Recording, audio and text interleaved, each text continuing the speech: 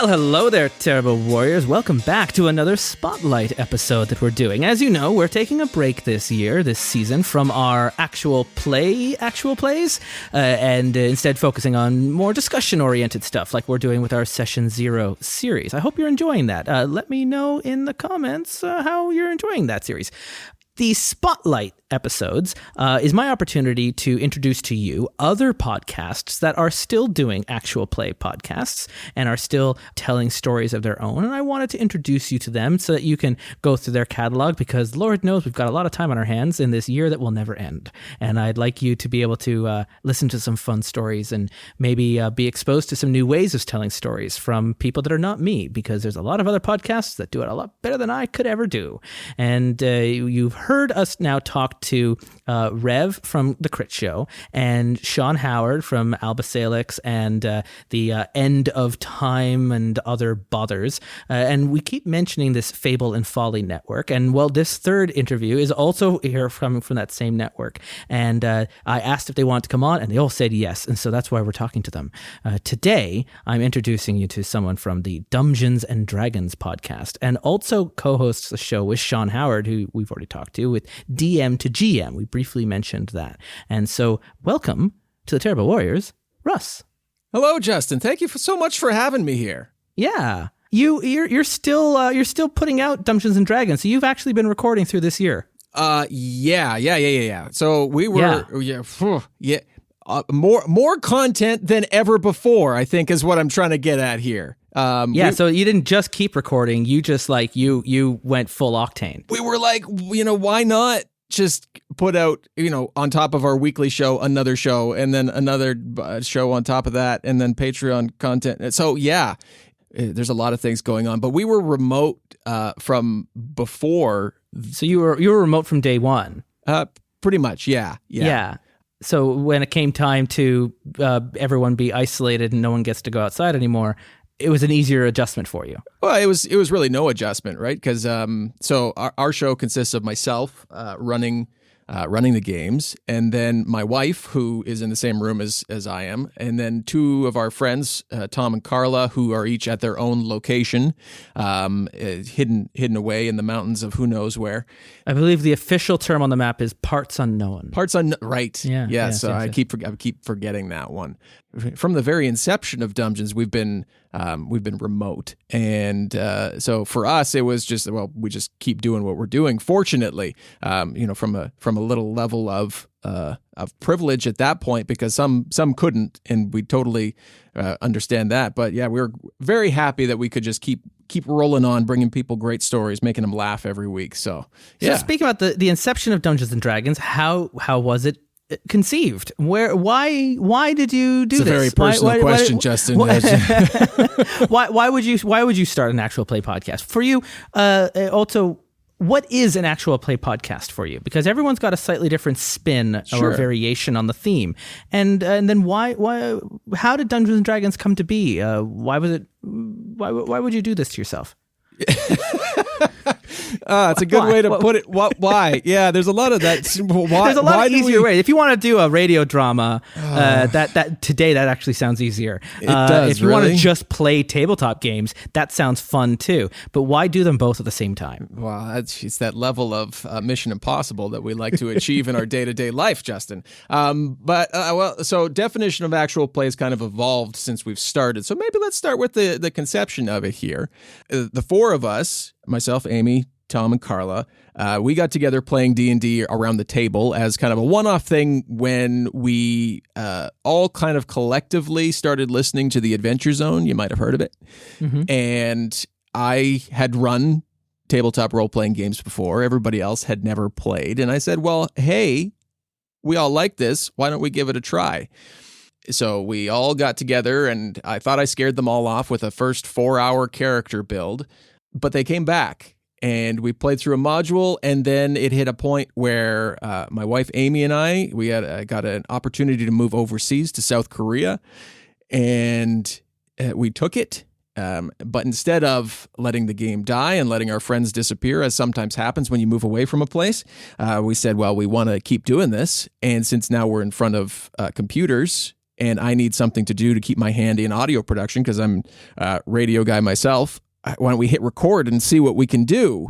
And so those first several episodes we just hit record, and you hear Amy and my daughter singing Jingle Bells in the background, and there's breaks for lunch part ways through. Someone's got to go make a sandwich or something, so they're very rough. But that's kind of how it started. I needed a project. But it was a game group that was already meeting, and you were already playing, and you just saw an opportunity to just continue to just record those games. That's right. Yeah. And so we took it, and it gave me, like I said, the opportunity to keep my hand in audio production while we were over there for the year, and also expand my knowledge through the sharp learning curve of social media and marketing and networking for this medium that I really had no understanding of at first. I mean, I had, understanding of the base concept of it being in radio, but yeah. And then from there, it was how do we make this so that more people want to listen to it? Meaning, more polished, more entertaining, more rather than just being structured. Audio diaries of your gaming group, exactly, to being something more more packaged to be consumed by other people. More of a narrative and more of an episodic feel to it, which is, over the first season, which is several years in real time, or at least a couple years in real time. It was 84 episodes for our first season. Where we're playing through Dungeons and Dragons module Rise of Tiamat. Nice. I think I've got that sitting around somewhere. It's a good one. I really I highly recommend it. I mean, we based our entire live off of it so far, but you're committed now. We've committed. We love it. We love it so much. But yeah, that was the first season, and throughout that, it was there's trial and error of adding music and sound effects, what to leave in, what to take out, all that sort of stuff, until we got to a point with season 2 where we take that story that we were telling. We kept season 2 in the same world, kind of post events of the finale of season 1, and split story streams. So now we actually have 2 separate stories with 2 separate characters going through at different levels within the world post, no spoilers, post whatever happened in the finale. Post season 1. Exactly. Yeah. So this is like your phase 3 or your post end game thing. Yeah. So yeah, it took that simple one stream story, split it into 2, and then, took it beyond that after that. So yeah, because it was just too easy. It was too easy. It was like, why tell one story when we can tell 2? And why have one timeline when we could have many? So, yeah. Yeah, that tracks. So where do you fall on the editing? Because it was interesting. In my last interview with Sean, they came to their actual play show out of a spin-off of their radio drama. Mm-hmm. And so they were very much as improvisers. And so the rules and the game itself really take a back seat as just a vehicle to help primarily tell the story that they want to tell. And if at any point the game gets in the way, they just toss the game. And then that sideways moved into another radio drama, just an improvised radio drama in the form of Civilized podcast. Whereas with you, with Dungeons and Dragons, it started as a play group, then recording their games. And so I find that was similar to Terrible Warriors. How much of the editing if I were to listen to it, do you keep a lot of the table talk or the rules talk in the finished product, or is it more story specific, and you'll edit out most or all dimension? Because again, in actual plays, there's no playbook. Some shows take a very strict radio drama approach to it, where you only hear the narrator and the characters, and maybe once an episode I hear a dice roll. And the other shows, like Crit Show, for example, where as Rav put it, was almost like a tutorial or a way to teach you how to feel empowered to run your own game and be a part of your own game. Where does Dungeons and Dragons fall into that? I like to think that Dungeons and Dragons kind of falls somewhere in a happy medium. For us, like if you listen to early episodes, there's a lot of table. Like there's a lot of table talk and rules checks and all that sort of stuff. But over time, you hopefully hear the evolution where we become much more story character driven. Like if you were to pick up an episode that dropped, last week or a couple weeks ago. I just listened to your Waterdeep one before we were talking. Oh, thank you. Yeah. It hopefully comes off much more grounded in the story. And while there still remains table talk, we edit out any major rule stuff. We keep in dice rolls. It's fun. Sometimes it's dramatic. It's Dungeons and Dragons. There needs to be that bit of like watching the dice roll in slow motion. What's it going to land on? That's right. Yeah, and one of our players is notoriously known for having super bad rolls in clutch moments. So that's part of it too. And we want our listeners to feel like, or be able to feel like, they're sitting at the table with us. So we're telling this hopefully enrapturing story and deep characters and all that sort of thing, but at the same time pulling back in those moments where you can laugh with us, you can feel like you're part of the conversation with us and rolling the dice with us. Yeah. So somewhere in the middle, we want to be able to build an awesome narrative that when you sit down in those moments, it sounds like you're listening to a story and you're listening to something well thought out, and then it can on that nat one it can snap and you're back at the table laughing with everybody at how bad it's gonna go before you hop right back in, right?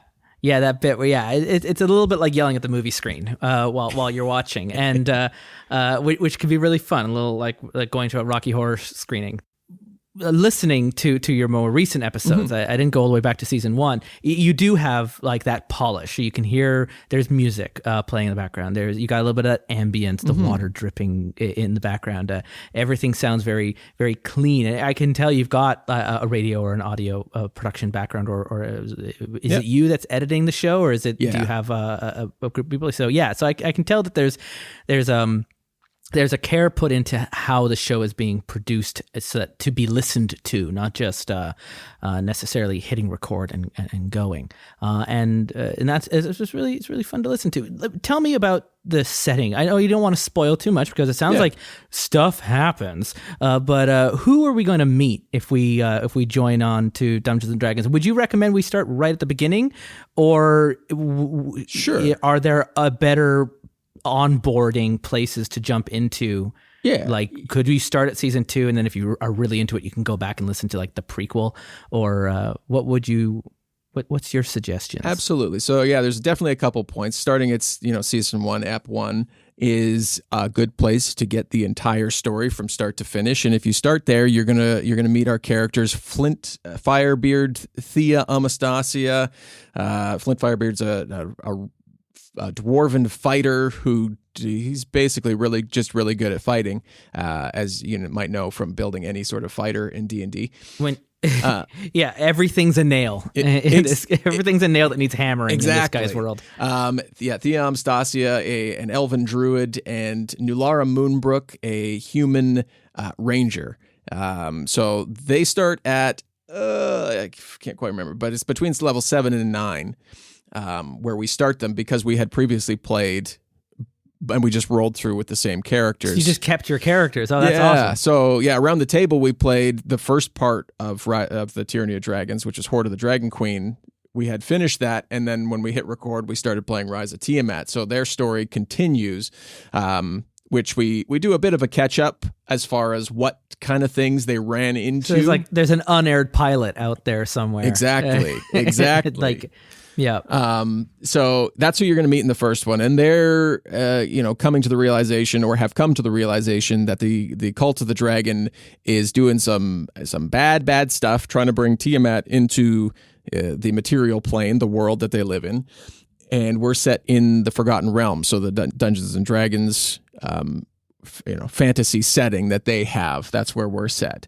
And as you go through season 1, they find the things that they need to find, and to try and hopefully stop Tiamat. The other onboarding point is season 2. We immediately start with new characters in season 2 for the first 13 episodes.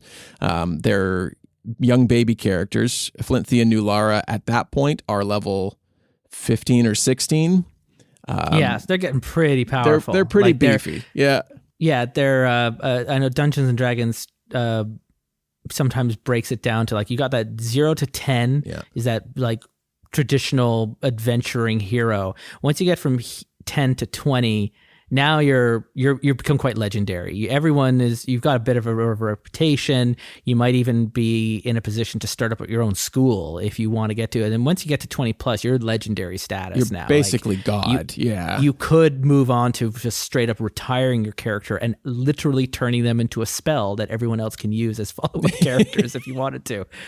Mordenkainen comes to mind. I'm curious. With you're setting it in the Forgotten Realms. You're playing Dungeons and Dragons in the Dungeons and Dragons setting. How true to is that important to you to set it in that lore, or is that just easy because it was provided for you? How much of your own world building bleeds into Dungeons? Throughout season 1, it's pretty by the book. Like we were following the module, not really sure how long we'd be doing this at first or what it would turn into. So we kept it pretty by the book.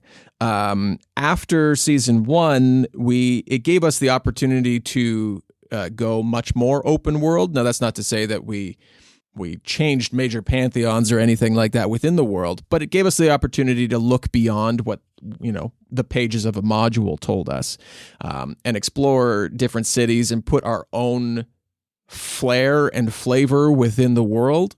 And we took that opportunity with season 2, where we start with these new characters who are at level 1.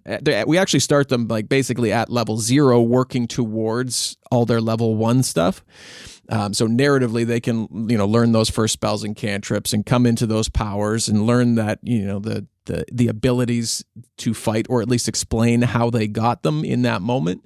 And then, because the world shifted, at least in our eyes, after the season 1 finale events, it gave us the opportunity to spin how the cities interact with each other and how the regions, work well and don't work well together, and explore that as this new big bad, which not really a spoil, but Orcus is the big bad in season 2 so far. So how they're coming into the story and what they're trying to do and influence the world in and of itself. So through the eyes of people becoming adventurers, essentially, how it is for them starting up in this post Rise of Tiamat type world, and after episode 13, within that second season, we bring back our original characters and see from both the bird's eye view of that high level character who can basically plow through anything, which is very true, because we had an episode right after we brought them back where I threw basically an entry level encounter at these level 16s, and they just obliterated it in far less time than I flicked their fingers. I was like, I forgot which session I was planning for. Clearly, right? Yeah, we gotta remember those damage ratings. Yeah, but every city we go to, like, there's different Forgotten Realms wikis that I go look at to see kind of what this city or region would have looked like, and then tweak as necessary based on how we've kind of molded the world to our own liking. So this is fascinating to me because I've interviewed now, like, as it turned out, in order here, we had, not including Crit Show, for Crits and Giggles, and then End of Times and Other Bothers, and now yours, are all like a swords and sorcery actual play. But those other two tried to remove themselves from Dungeons and Dragons. For Crits and Giggles, plays D&D 5th edition, but not in the Forgotten Realms setting, in their own setting that they've written. And End of Time and Other Bothers, of course, is based off of the Alba Salix universe, and was looking for, they ended up playing a Powered by Apocalypse game that could replicate the experience of Dungeons and Dragons without having to play Wizards of the Coast D&D. Yeah. And you're kind of picking to stay in both of those worlds, both in the narrative and in the mechanics. So what is it? I'm curious to know, because I run Dungeons and Dragons games. I just don't do them on Terrible Warriors, and that has unfortunately created this implication that it sounds like I don't like D&D, and that's not true. Yeah. If I didn't, I wouldn't have the books, and I wouldn't be running games privately for people. But I don't do Dungeons and Dragons and Terrible Warriors because they don't need my help anymore, and there's plenty of others who are. So, what is it for you that attracted you to Dungeons and Dragons versus why not another game, or was it just at the time that just wasn't? Was this no question that this was just going to be the one that you were wanted to do? Yeah, I mean, yeah. So. We went into it in season 1, again, not knowing what was going to come of it. So we anchored ourselves in that world. And then once we realized that, okay, well, people are actually listening to us and we can have an audience here, we didn't really... you're right. There is a certain level of comfort in staying in that world just because you've worked in it for, by that point, we'd been playing within that world for 4 years. You know the language, and it's a case of, exactly.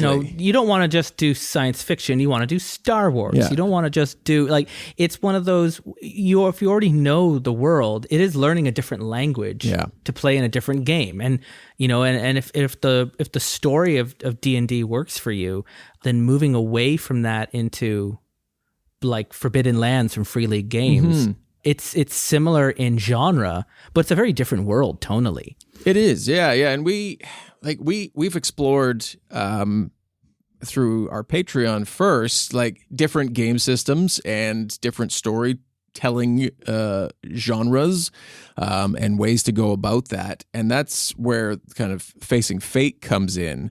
Is it became or has become our outlet for other worlds and other stories, whereas we can keep Dumbgeons within this fantasy. Dumbgeons remains true to its origins. Exactly. Yeah. And Facing Fate is the branching out property. Yeah. So, I mean, that's not to say that Dumbgeons for forever and for always will be within Forgotten Realms. We've been talking about, beyond the story that we're telling now. That's our kind of next point to say, do we want to stay in Forgotten Realms, or have we told everything we feel like we can tell, and look beyond? So at that point, the world is our oyster, which is sometimes a scary thing to say as well. But yes, Facing Fate is the creative exercise for us to say, well, what other stories do we have to tell, and what game systems are out there that we can use to tell them. What kind of game systems have you played? So first season is Fate Core, where we told a... well, that is the name of the podcast. Just slowly. But yeah, first season we played as... for our Patreon, it was Patreon exclusive content. It was just we're doing this thing where we play a different game system, bonus content, whatever it is. But we loved doing it so much. So it was originally only 6 episodes. When we decided to turn it into its own thing, Facing Fate, we expanded it to a full 10-episode season. And genre. It's a science fiction horror thriller. So it's set on a moon base where there's a viral outbreak that these workers, not even really extraordinary people, but workers, have to try and escape and figure out what's going on. It was very fun to do because we started playing it. Because we played it like we played Dumbgeons at first, we're trying to be as funny as possible. But I had this vision that I wasn't able to articulate for this, serious, highly edited, more audio drama style thing. That in the after, in the first episode, when my players listened back through, they were like, oh, that's what you want us to do, because I had to cut out all their, stupid beep boop. So you're playing stuff. It more straight and more serious, and that's interesting. Yeah, Terrible Warriors has a similar reputation of being a comedy podcast because we've had comedians on the past, but the more recent games I've been really drawn to are sad or Right. tragic or serious or stories of resistance and overcoming problems, and those don't tend to like lend themselves to slapstick too well. Yeah, not as well. No, we've tried. Every time I try and get serious on Dumbgeons, someone makes a dick or a fart joke, and it no longer is serious. So Facing Fate is my place where I can be like, no, guys, we're being serious today. We're putting the color filter on. That's right.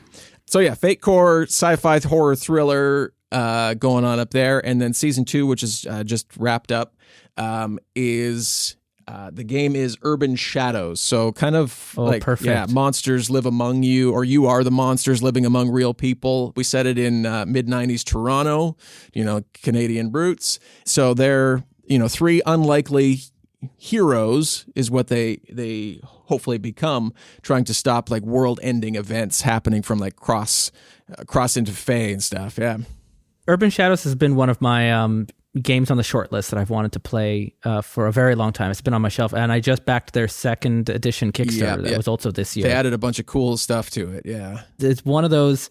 I really liked like Monster Hearts, which is another Powered by the Apocalypse game. Yep. And the Powered by Apocalypse genre of games, like a style of games, right. And Urban Shadows is just one of those like. I feel like I've set myself up of putting it up into this mental pedestal now where I don't want to play it because I'm afraid I'm going to wreck it because I've got such anticipation for how much fun I want this game to be. Well, see, wait for version 2 and then play that one. And then if it's not quite what you thought it was going to be, just blame it on the fact that it's version 2 and then go back and play version 1 and be like, I liked the original. That's right. Yeah. It's cool. I liked it before it was cool. Yeah. Yeah, exactly. So how was that for you? With season 1 and 2 of Facing Fate, are they connected by stories, or is it an anthology that starts a new story? Yeah, no, it's an anthology. So each season, as of right now, in and of itself, can be self-contained to itself. So no real connections have been made, or foreseeingly will be until made. season 3 comes out, where you reveal that both of them one was existing as a simulation within the other. Dream state of the other one. Exactly. No, we're actually in planning. We haven't started playing yet, but we're in planning for season 3, and we're. Have you announced what game you're playing with that? We haven't. Okay. But I mean, that's so we're coming up with our own. Oh, you're doing your own system. Exactly. So we're using like a Powered by the Apocalypse style base to it, but we're building our own playbooks, and we haven't really announced anything story wise. Wowzer. But yeah, so again, taking something that is already difficult and making it more difficult. Yeah. Yeah. So yeah, we're coming up with our own kind of system because nothing we could find could encompass the idea that we had, but we loved this idea so much that we're just like, we just need something to make it fit. And pretty much it's going to be heavily relied on, our lovely improv abilities. Sure. And then it's a plan to release your game to your Patreons so that they can have these playbooks, or are you just going to keep it very quiet and under the covers? We'll see how it kind of all comes together. We're just putting everything together right now. Our first record session's in January, so about a month and a half away. And I mean, if it comes together in such a way that it makes sense to release it, we will do that. If it looks like a bunch of scrawled notes on a page, which sometimes my notes do, we probably won't release it and just say this was fun. Last year, we interviewed a number of developers that had Kickstarter specials, and we had different people on with different games, and we had Daniel Kwan on to talk about Ross Rifles, which is a Canadian World War I RPG, and it's also Powered by the Apocalypse. And we got a really interesting chance to talk to them about the design process that went into this game and the challenges they went up to. And they were able to take their prototype to, I believe it was Metatopia, where they met up with Mark Diaz-Truman from Magpie Games, who was also involved in Urban Shadows, who sat down and playtested their game and gave them back their feedback. Originally in Ross Rifles, the playbooks were all built around ranks in the military. Okay. So you had your lieutenant, you had an enlisted, you had your newbie, you had your commander. And the feedback from is Powered by Apocalypse playbooks are each their own story. Yeah. And so you see that in Masks from Magpie as well, is they're not about your powers as a superpowered teenager. In Masks, each playbook is a trope. It's a story that wants to be told. It's the legacy, the next in a long line of heroes, or it's the Janice who is living a double life and their parents don't know that they're also a superhero, or it's the protege who has an older superhero, an adult who is training them to become a superhero of their own, or the Beacon who has no superpowers at all and just loves being a superhero anyways. Yeah. And they each tell a story. And so with Ross Rifles, they took that and had to throw out all their playbooks and rewrote them to then tell a story. So instead of it being the lieutenant, it was the lone wolf. It was the survivor, someone who has survived another company who was recently old. They all died, and you're the only survivor, and now you've been brought into this new company, and everyone knows you're the only one who made it out from that last conflict. Yeah. And so and immediately you get these juicy dramas before the game's even started. All these preconceptions that you wouldn't otherwise get with, someone who's just going through the same plot line, essentially. Yeah. And Powered by Apocalypse games are so strong at that. And there's things that they I think that the muscle tissue of a PbtA game falls apart when you try to get it to be versatile and do a lot more things all at the same time, versus picking that one thing it does really well and do that. So if you're going to do Mad Max, do Mad Max. If you're going to do superheroes, do superheroes. But don't, or specifically teenage superheroes in a city of superheroes, the minute you want to be an adult or a villain or leave the team, you've left the game and it doesn't work anymore. Yeah. And so, I'm interested to see what you do with your third season of Facing Fate. That sounds like a really, not just for a podcast or a drama or a writing, but just from a design challenge. That sounds like I'm really interested to see what results come out of that. Well, thank you. I hope it comes out really well. Fingers crossed. Yeah. Because I don't even know what's going to happen. We'll see. I'll have to have you back, and we can play test your game here. Perfect. With complete strangers who are unrelated to your podcast. We'll terrifies me to know. And Justin. Yeah. We'll change. Well, that's what it will. Well, we're terrible warriors, but we'll be terrifying warriors. Yeah. Just for you. No. Jeez. Took a nice interview. Just like my stomach. Your sphincter just clench right up. Like, oh no. No. Yeah. Yeah. If it comes to something that's like there is a viable product there, I'd be more than happy to do that. So, but yeah. And so the last one here we have, I guess we're talking now as we get into kind of the running of games. You have DM to GM that you also run with Sean Howard. What's that all about? This is not an actual play podcast. This is another thing that I guess came out of both of you and your journeys of tabletop and podcasting and discovering other systems and challenges that came with them, right? Yeah, exactly. So Sean and I met at PodCon 2 in Seattle. We'd previously met as part of another podcast before that, but really met and hit it off there. And we both walked away from that saying, we want to do something in the future. We don't know what it is, but we want to have a project that we can work on together. Me being from the,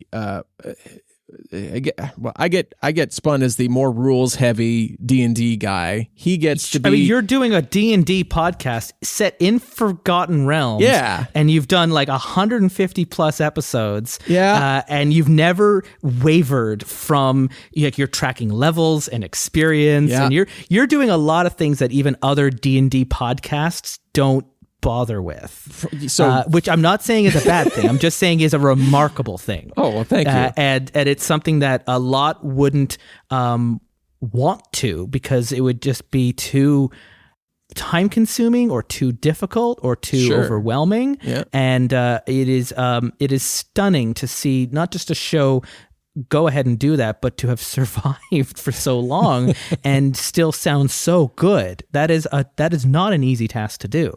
Well, I appreciate all those kind words. So I guess I'm not painted as that. I am that. That's like it's not the and to say like the rules lawyer, like again, it gets a bad rap. But you have somehow figured out how to navigate this thing elegantly. Whereas when I run Dungeons and Dragons games, I go, we're not doing levels. Sure. We're not leveling up. You're all going to be this one, and then we do milestones as arcs go by. Yep. You're all level 8 now, and like we're not going to be at different levels. We're not going to have different levels of progression because I don't want to keep track of that. That's not what I want to do. Yeah. Me. Rules D&D guy, Sean Moore, improv fly by the seat of your pants, PbtA. Yeah, we just talked to him. Guy. He intentionally said if at any moment a rule gets in the way of his game, he tosses it out the window.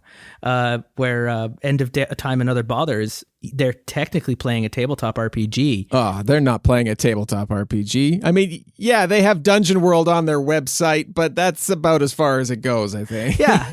Every now and then they say, roll a dice, just so that people remember that we're playing a game. They just say roll for fairy cakes just to remember that it's a game. That's about the only thing I've heard them roll for lately.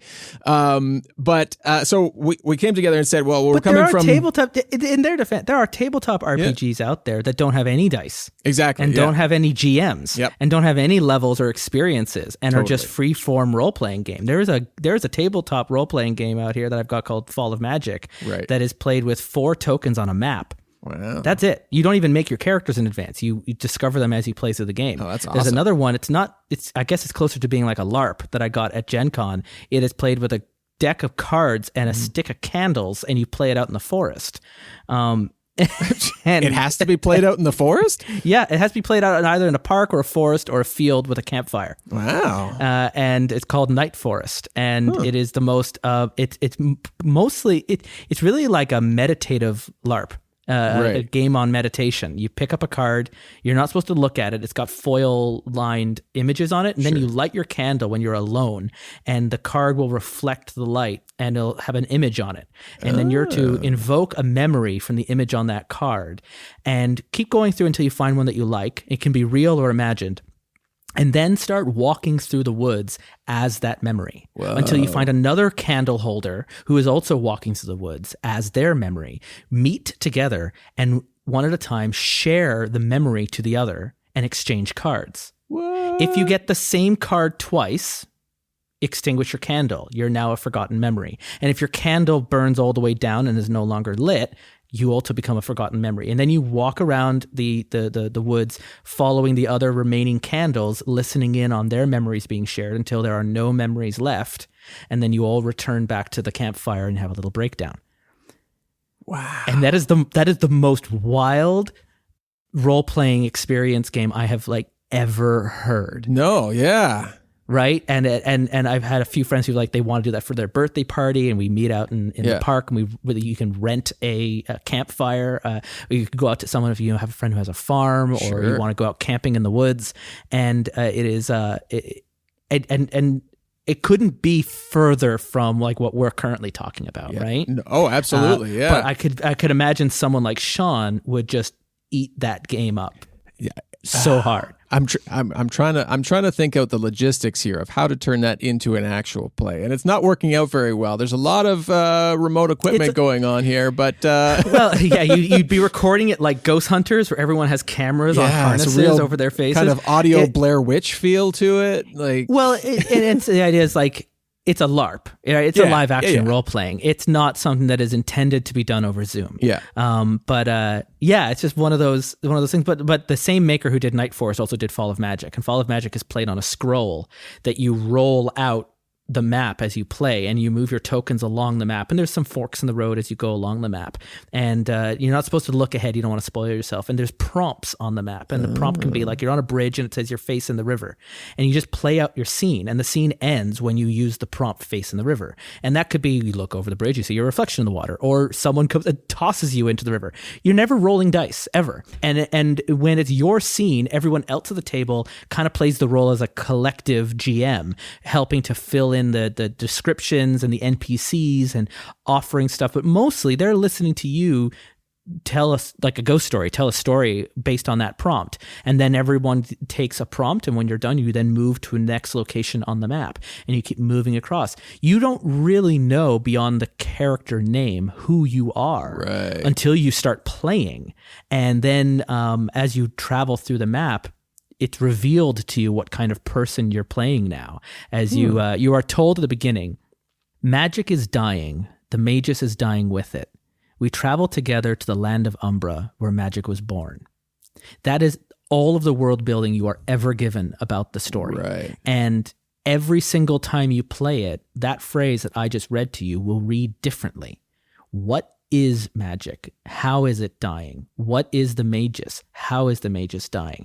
What is Umbra? How are we traveling there? Every single time that can be different. I've played games where the Magus is an organization. I've played games where magic dying is a good thing because it's holding the entire planet hostage. I've read games where magic dying is a terrible thing, where nature and laws of nature are falling apart, or where we travel being chased by an army, or we are chasing the Magus who is trying to get to Umbra first, and we are trying to stop them. And it's every single time you play it, it can be done very differently. That's awesome. It's wonderful. That's an awesome world building, character building, just way to really anchor. Even taking that mechanic for a lot of other games, if you were to implement that mechanic within a lot of other games, you would have much, I think, deeper storytelling that you would be able to come across, as using that kind of mode as a start point for a lot of different stories and stuff. I think that'd be really cool. Because Dungeons and Dragons is the center of the universe when it comes to tabletop role-playing games. There's just no denying about that. And yet there are some things, I think by default, the rules don't equip the players to themselves become storytellers. Yeah. There's a lot of an assumption from the player that the dungeon master is the storyteller, and I am just a participant in their story, and I get to interact with the map or the challenge or the combat, and I'll get to describe how I kill a monster when I succeed. But really, I'm here to have a story fed to me by the dungeon master who has either written it or is using a module to tell that to me. Whereas games like what I was just talking about now, or Powered by Apocalypse games like Urban Shadows, there's a lot more of an intention that the players themselves will be involved in telling that story. Sometimes in some Power by Apocalypse, even more so than the GM themselves or the MC or whatever term they're using in whatever game they're playing. Whereas a game like Urban Shadows, where you are not just creating characters, but you're creating the organizations they work for, the NPCs they're connected to, the cities and the districts and the cities that they work from. And that you're building this entire world around it that then the GM is reacting to. And now the GM isn't telling their story, they're telling your story. Yeah. And Dungeons and Dragons can do that, but it doesn't by default. And it doesn't lend itself to educating the players on how to be a storyteller the way it educates a game master to be a storyteller. And at the very least, I always recommend, if you've got and I'm now talking more to the listener, not to you, Russ, if you've got a group that mostly plays Dungeons and Dragons and you're having a hard time drawing your players out to interact, play a game like Fall of Magic for one night, or play another setting that is much more story-based, just for a bit, just to give them a moment of freedom to be able to feel like. A lot of times at a tabletop game, I find the storytelling and the players that don't want to do it, it's a confidence thing as well. It's not feeling like I'm smart enough to tell this story, or it's not my place to tell this story, or I don't want to step on toes or mess up what you're doing. Whereas I mentioned in my last interview with Sean, my favorite Powered by Apocalypse game, Russ, is Worldwide Wrestling, the role-playing game. Oh, yeah. I haven't played it, but yeah. It is beyond the fact that it's pro wrestling. That is actually the least important part of the game. Right. What it does is it teaches the players that it is not only okay, but expected that you are going to mess up the GM's plans. Right. You want to screw up their plans. And I want you to come in and knock over this deck of cards and spill it all over the floor. That's what's interesting here. And it really teaches the structure of a story and how to build up heat and drama between characters, because it's all done through the mechanics of a pro wrestling show, which is a soap opera on steroids, also completely exposed and naked with no nuance of any kind. And when you don't have any nuance, all you have are these really naked truths of how a story is played out. And so you in a wrestling match who the villain is and who the hero is and where the drama's coming from and who to cheer and when to boo. And you want that in your tabletop games as well, even if you're playing with shades of gray and nuance. And I find that extremeness that you get in Worldwide Wrestling, the role-playing game, ends up, once you then go back to D&D, it's really hard to just go back to a generic swords and sorcery game where characters are just playing tropes. It's you find that the drama just starts. People just start building heat amongst each other, and the thief is saying that you're taking too much of your share, and the bard is now singing songs about the ineffective fighter and spreading rumors across the land, and everyone just starts playing against each other, and it gets really fun in that way. Totally. Anyway, yeah. I digress. That's okay. Yeah, no, I went on a bit of a tear there. I apologize. No, that's okay. It reminded me of I mean, we've talked about the evolution of Dumbgeons, right? Like how we're, more character driven and all that sort of stuff now than we were. And there was a moment in season 1 where we realized that if we wanted this thing to progress and to succeed and to grow into something, bigger and than it was, then we needed to stop playing the game so much. There was a point where we had a guest on, and most NPC interactions in at least in my experience up to this point had been like, if you run into a non-player character, that non-player character has to have a piece of information that you otherwise. They must have exposition. They need to give you something. It's Chekhov's gun. Yeah. You have introduced it. You must use it. Whereas when this guest came on, I didn't give this guest anything. Like I was like, come up with a cool character, give them a sweet backstory, and we'll just use it as like a character moment. We'll just, build out the world, so to speak. They're all sitting around the campfire after whatever combat that they're undergoing, and like they just start like firing questions at him, being like, "What do you know about this? What do you know about that? What do you know about this?" Jude didn't know anything. And he got to the end of it. He was like, well, I mean, it was a fun session. The combat was great. You had lots of laughs, but we didn't get to talk about any of this sweet backstory of this character that I built. It's like, yeah, that happened. So I went to the players after the fact and I asked them, I was like, so when you walk into a bar or you walk into a place where you don't know anybody, what do you do when you sit down at a table with somebody? Do you ask them where the gold is? Do you ask them where you just started interrogating Han Solo? What the prime minister's doing for lunch the next day?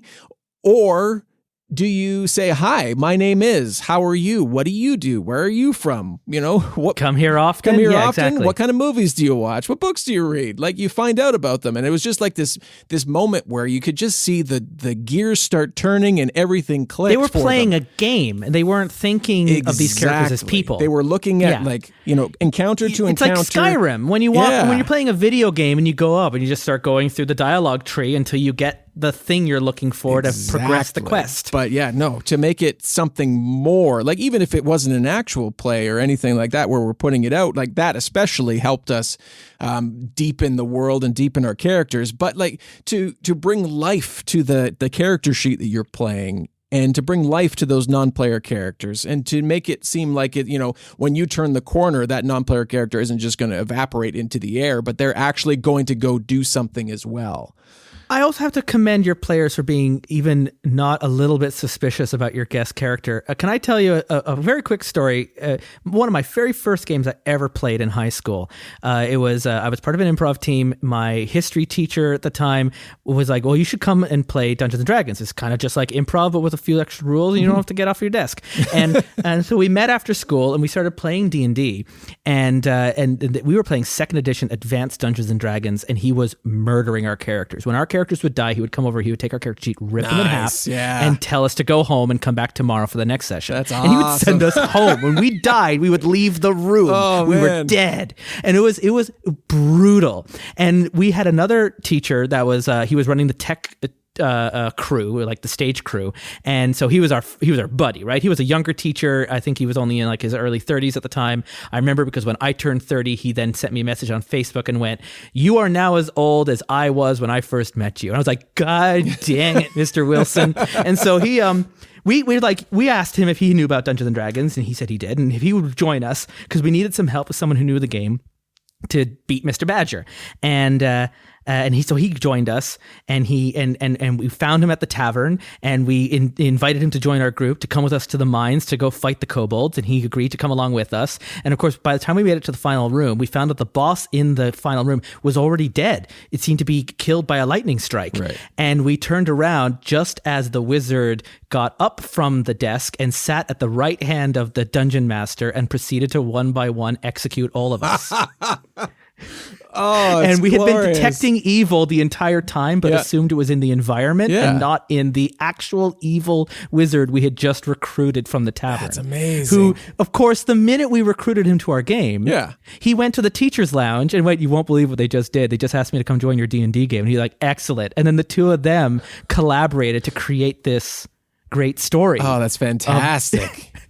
So whenever, from then on, if I'm playing a game where the dungeon master has created a character or has invited someone to play an NPC that we're to meet in a tavern, I just assume they're a hired assassin. They've got to be. There's got to be something off about them.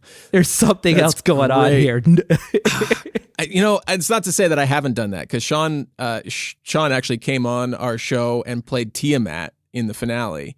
So yeah, it was excellent. Which is great because he doesn't like playing a game with a lot of rules. No, so make him be the god. Make him be the god that has the most rules to follow.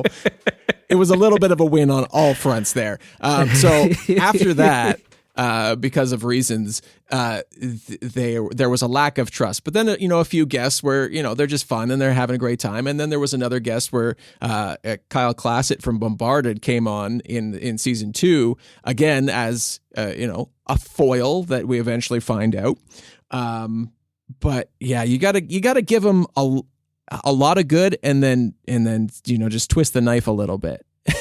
Yeah, absolutely. Yeah. Well, that's the twisting the knife is when you know that like they care about their characters and they care about the world. Yeah. Like if it's all just sunny days, then you have nothing to compare it to. I wanted to roll back here to and to backstories too. Playing games where you have a character who's written this elaborate backstory and it never comes into the actual game itself, and then they go, "Well, I didn't want to do this because in my backstory this happened, this happened, this happened, this happened," and why didn't you say any of that? Yeah. We went through a 4-hour session and it never came up, and now the game is over and you're feeling like the experience was shortchanged and not as fulfilling because I had a brief touch on that with Sean about improvisers versus writers when we're playing tabletop. Is you get players that want to just improvise in the moment versus some players who want to write a lot of backstories for their characters and write between sessions about their characters. And then when they come to the actual game, it's because it's that muscle is different for everyone between being able to react in the moment to letting it percolate over time. Whereas for me, I don't write anything between my games. I couldn't be bothered. That's that joy. Everything happens in the story. It's that joy of discovery, right? The Forest game. Yeah. It's that whole like you can have an idea of a character, and I've written many a backstory for many a character. But it's all about how you can, for me, it's all about how you can take that and use those decisions that you wrote down to influence the choice that you make in the moment. And one of those things I found that was really helpful to bridge the world between those improvisers and those writers was my friend Kate, also from Magpie, as I mentioned, writes love letters to her characters in between sessions, especially if she's running the games. Yep. And they kind of work as a recap when you come back into the next game to remind you of what happened in the previous session. Oh. But it's also in-world to characters from other characters. And so for the writers that like to develop their characters in between sessions but might struggle improvising developments in session, it allows them to write to those improvisers so that they can use... If that backstory is important to you, but you're feeling it's not coming up in your game, write a love letter to one of the characters. I mean, I use love letter. It's just a name. Write a letter to one of the other characters in the game so they know a bit about your history. Yeah. And then they can improvise with that. Yeah. They now have something more in their tool belt that you have shared with them. And so the onus isn't just on you to have to bring that out. And they've gotten this letter and they know a little bit more about your character and they can use that in a scene because they might not want to write in between sessions because they have ADD and they can't stay focused long enough for it. And it just gives you that, more fuel to build off of. And I speak about myself. I understand. I totally get it. One of our other players, Tom, he runs a Patreon game for us where I get to play, and it's often the joke, how long is it going to take before Russ runs this off the rails, because he's so constricted being a dungeon master that he just wants to be free as a character. It doesn't take long usually.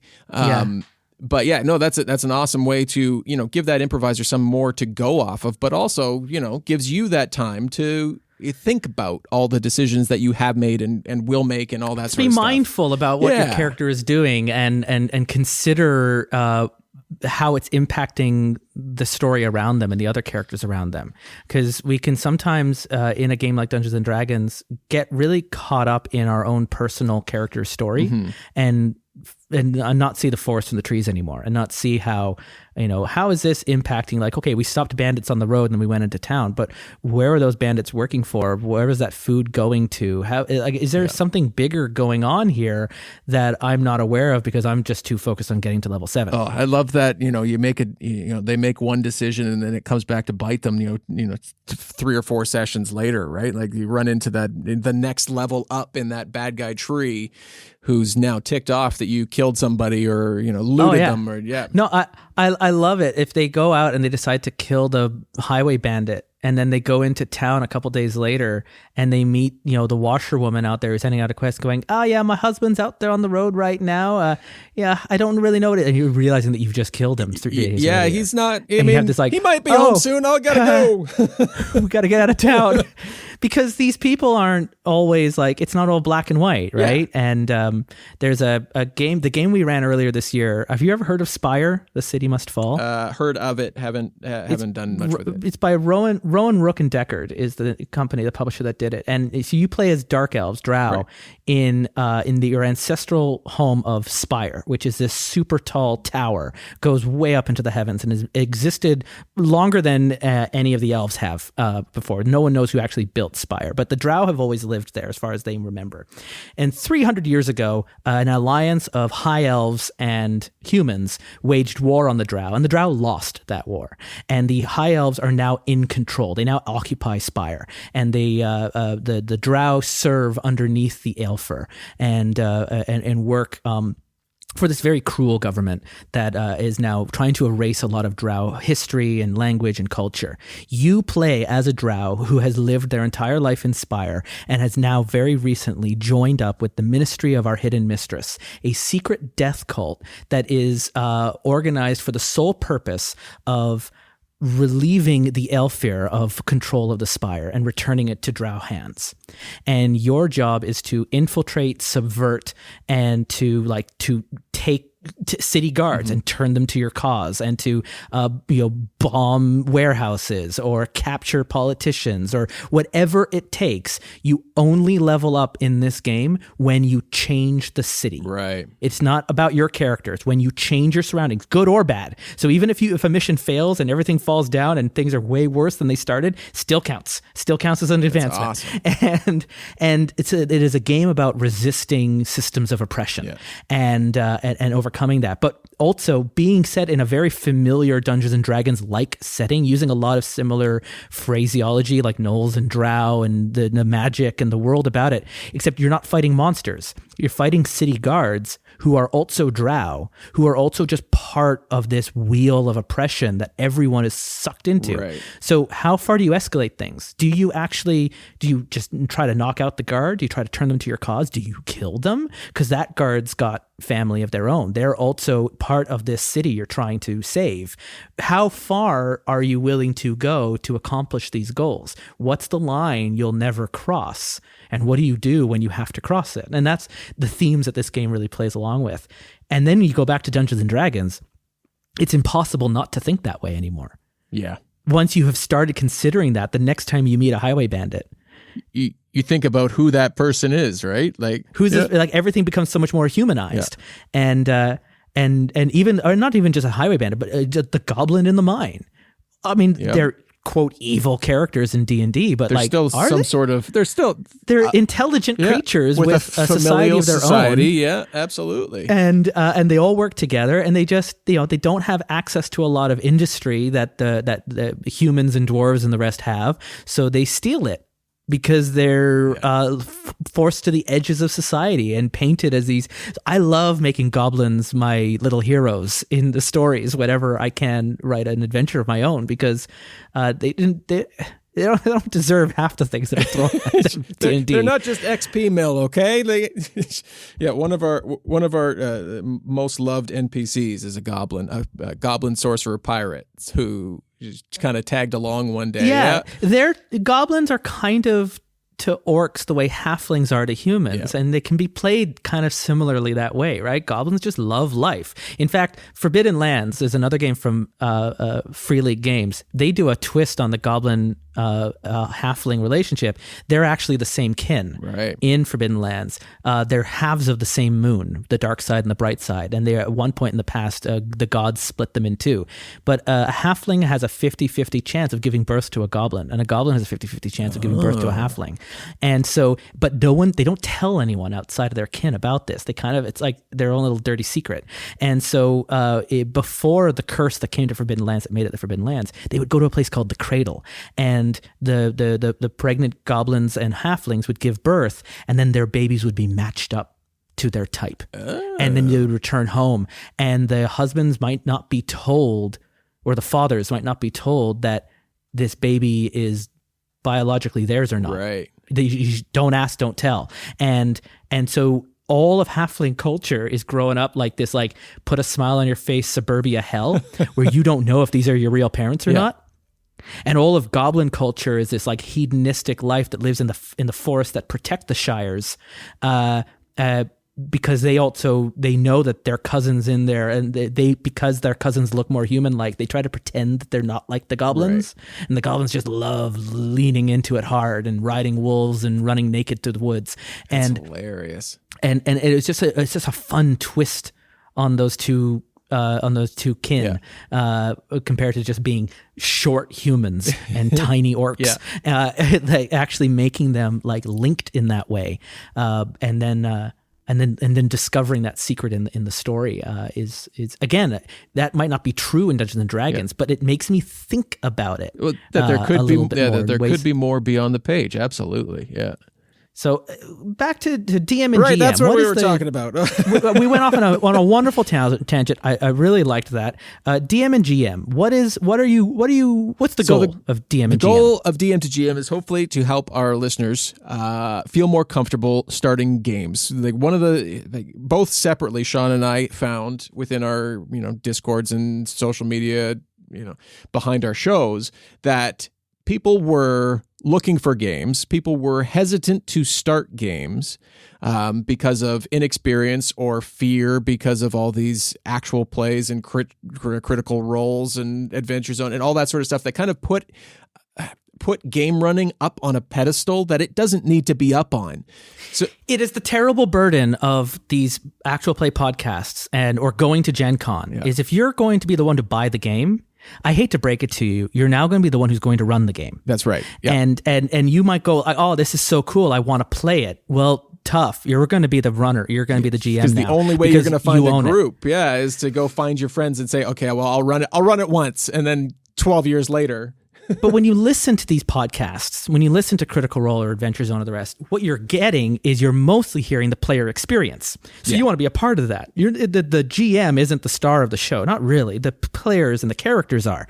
And yet the audience that listens to these shows, if they're going to want to get into this hobby, they're now going to be playing the role of director. And it's really, that was one of the revelations I had with Terrible Warriors, is realizing so many of my listeners were becoming GMs. Right. And that my audience was not an audience of players. They were an audience of soon to be or currently or potential GMs. Right. And realizing that maybe I should be framing my show with that intention of letting them know more about what's going on in my head and not necessarily as much as what's going on inside the players' heads. Yeah. Because there's still a lot of mystery about how to run a game. Well, and it can be really terrifying because it's like learning the magician's tricks. That's right. You can be a DM or a GM for your entire life and still learn something new or come up with and I still have imposter syndrome. I still think I'm running my games wrong. Oh, right. Yeah, totally. Like I'll finish a session and be like, so you guys think that was cool? That was fun? Yeah. Everybody have a good time? And they're like, yeah, we had a great time. What are you talking about? We laughed. We had, there was action. There was all this. I was like, oh, great. Yeah, thanks. I'm so afraid. I'm so afraid to go to a convention and play with other tables only to find out that maybe that person running the game is running it better than I could because I've been running this game wrong the whole time. Yeah, there's just one little thing you're like, oh, I'm playing this wrong. I did it wrong, but it's not wrong. And that's, to bring it back here, that's what DM to GM is. Like we present ways to incorporate rules positively. Know which things you need to get a game started. And oftentimes it's not pouring through the Dungeon Master's Guide or the 400-page instruction manual. It's picking up the base rules and then building off of that. So both Sean and I really lean heavily on improv and storytelling and using the game to guide your story. And if the game does get in the way, or you can't think of the rule immediately, figuring out ways to just roll with it, make a ruling as opposed to a rule, and progress. And as long as everybody's having fun, then you're doing your job more than appropriately. You're doing your job to the best of your ability. If everybody walks away having a great time, then that's hopefully what we're trying to impart with DM to GM, is giving you the tips and tricks and tools to feel comfortable sitting down, not knowing what you're doing when you start, but getting into it and just having fun, knowing it's not just your player's game, but your game as well. And as long as everybody kind of comes to the table and has that mentality, there's no one person's responsibility to run a game, then everybody's going to have a much better time. To the GM masterclass. That's in a sense, yeah. It's mostly a bunch of fart and dick jokes, but it's a good time in the end. Russ, this has been a really fun conversation. I want to thank you for spending your time with me. Thank you. Between Dumbgeons and Dragons, Facing Fate, DM to GM, if I've been listening to this and go, I want to hear everything you've done, where can I follow up with you, and where can I find your content? Sure. Yeah. You can find any of the three shows in probably any podcast app you have on your phone. The quickest way to find us on the internet is go to dumbdragons.com. That'll bring you to like our production house landing page, where you'll be able to find links to all three of those productions, as well as a little bit more about myself and our other players, Tom, Amy, and Carla. We're on Facebook and Twitter, but again, dumbdragons.com, that'll get you all the good clickable links. I'll get you started and get you out there. Yeah, that's right. And for you, dear listener, I've also put everything into the show notes, so be sure to click through onto those links, and I will be keeping you up to date on what we're doing next. We still have Session Zeros that we're recording. Don't know exactly which game we're playing next, but follow us on Twitter at Dice Warriors, where you can follow up to find out which games we're doing and who we're interviewing. If I've got any additional content or conversations, that also ends up on our Patreon page. Do you have a Patreon page, Russ? I do, yes. Yeah, you do. Where is that? Patreon.com/dumbdragoncast. Come join us over there. We've got a great goal where we're trying to make like a whole bunch of really good stuff where I don't DM, but I play several characters and all three of the other players DM for me. It's going to be a great time. Yeah. Oh, the tables have turned. You're right. So it's just like a revenge flick is what I think it is. Into. One of the characters is one they really hate too. So I'm sure it's going to go really well. So go check out that page and our page at patreon.com/Terrible Warriors, where I've been posting a lot of just public posts if you want to just follow the account, where you can see the process that I've been going into building this season and the thinking I've got and different ideas for different formats. If you've got a podcast of your own that you are listening to that you would like, or even if one that you're making, if it's actually a podcast of your own that you would like me to interview and feature on a Terrible Warrior Spotlight, reach out to me. feedback@terriblewarriors.com or on our Twitter account or Discord, or find me on Facebook. I don't care where you reach out to me from. I'm easy to reach, and I'll be sure to sit you down and we'll talk about that show and reach out to them. Same deal with Session Zero. If you've got a character generation process, a favorite game to make characters in that you think we could talk about and look into, send that tip my way as well to the same accounts, and we'll look into it into a future episode.